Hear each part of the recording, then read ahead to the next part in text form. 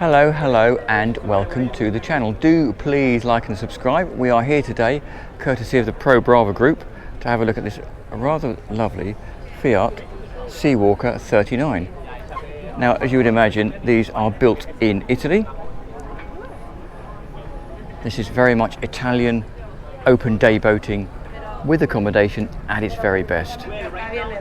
So, big hydraulic bathing platform, so you can obviously lift it up to gain access to the pontoon or drop it down into the water, and as you fold it down, those stairs drop down with it. So we'll enter via this vast wide bathing platform. The first thing that greets you is this big storage locker. Now, I say it's a big storage locker, in all fairness it could almost be a tender garage. You have a look under there, it's full of boat show clobber, but you could certainly get a folded tender in there, a paddle board, something like that. Shore power over there, obviously all the cleats, grab rails, fuel filler, deck shower down here. It looks like there is space there, so you could have a passerelle if you wanted. And then over here we have the control switches for the platform and the stairs, and also the hydraulic table. So this effectively is a double table which folds out like so, and you can fold the other leaf out as well to give yourself a bit more space or full dining. Fold it back in. That is actually solid Corian, that's incredible. It's on a lovely stainless steel hydraulic leg, so you can drop that down, infill cushions. You can also, if you want to, move those cushions forwards like so, like that. If I do the other one as well, you get a better idea. That moves forwards like that. You can put the infill cushions in there, and then you've got an absolutely vast solarium, as they call it. Lovely. We would call it a sun pad, but solarium sounds so much better.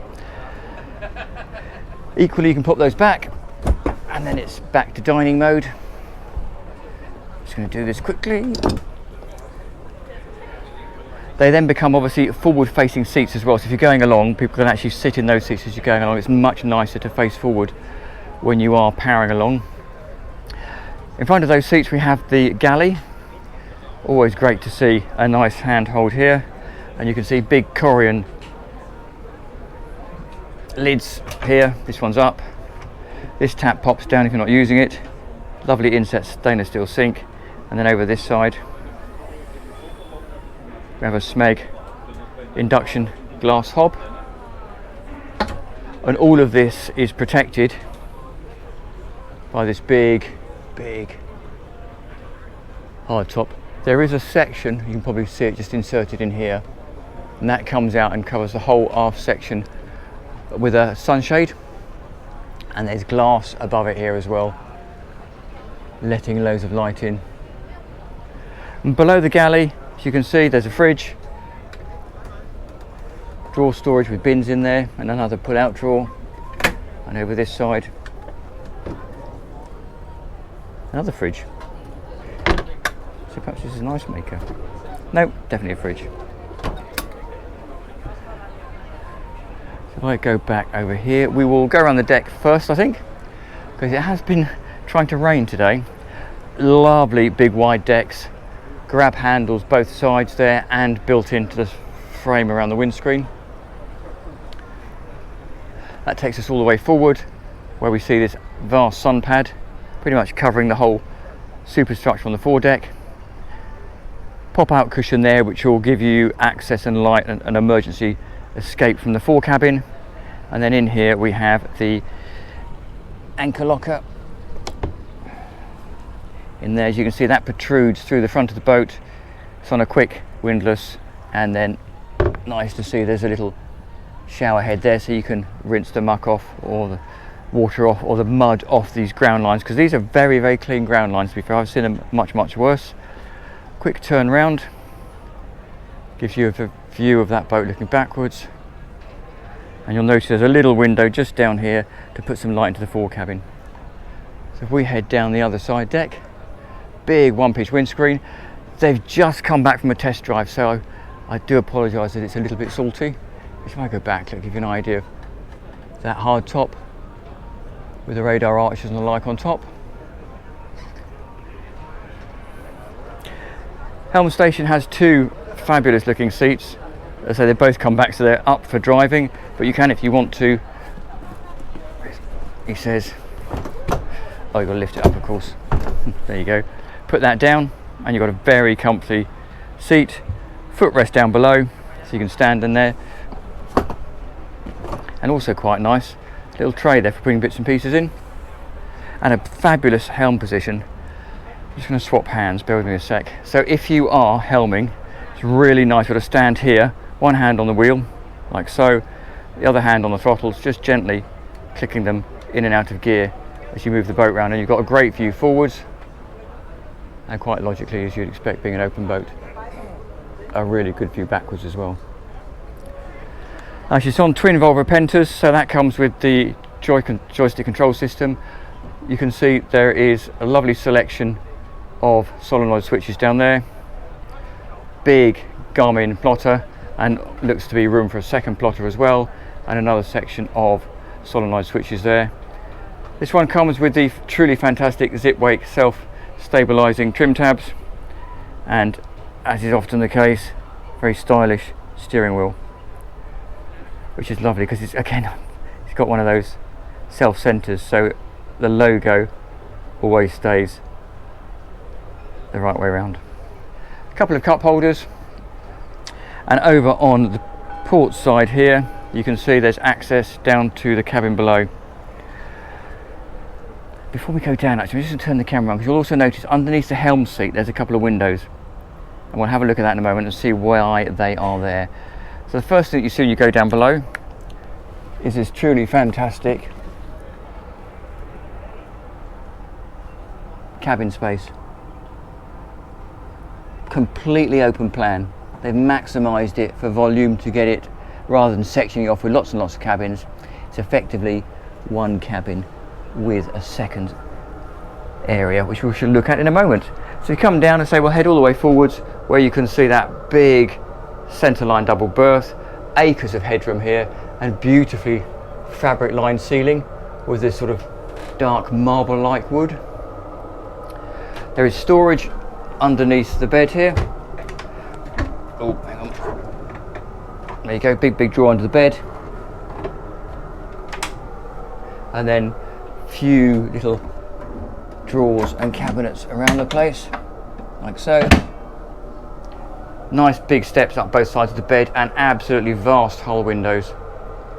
And obviously if it was a little bit dark you wouldn't notice it, but there are blinds so you can't see them hidden up in here that drop down to close that off at night.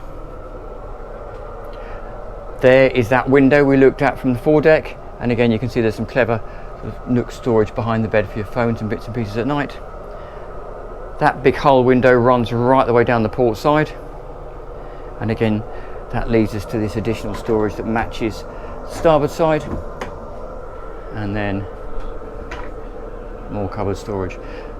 You'll notice that they've left this very clean, so it's very stylised.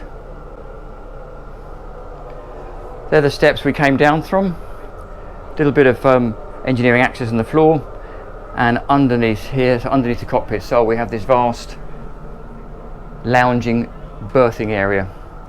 Now there's two steps down, and if we then slide in under here, and I show you the camera this way, you can see there's a recess up in there that effectively utilises those two windows under the helm seat, 1 and 2.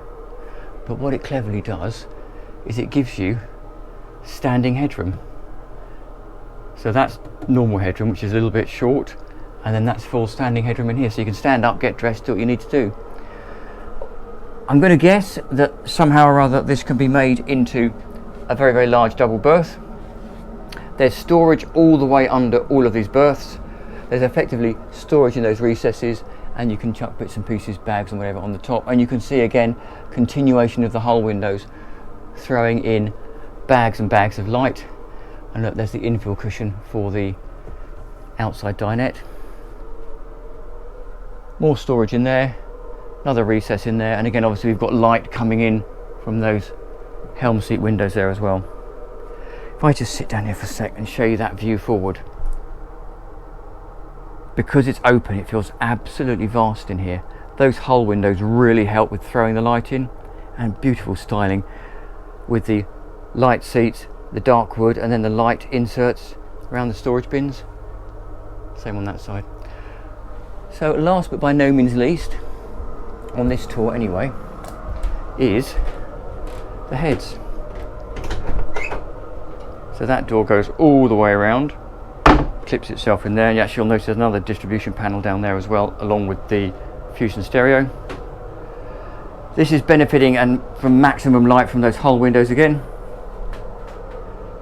Vacuum flush loo, a few bits of storage under the sink, nice porcelain sink, mixer tap, and then a separate full-size self-contained shower with illuminated rainwater head, and again opening window so you can let all the steam out. Absolutely beautiful. So we shall head back on deck and say thank you very much to Probrava Group for allowing us to have a look around this rather spectacular Fiat 39 Seawalker. Do please like and subscribe. Thank you for watching, and I will see you next time round.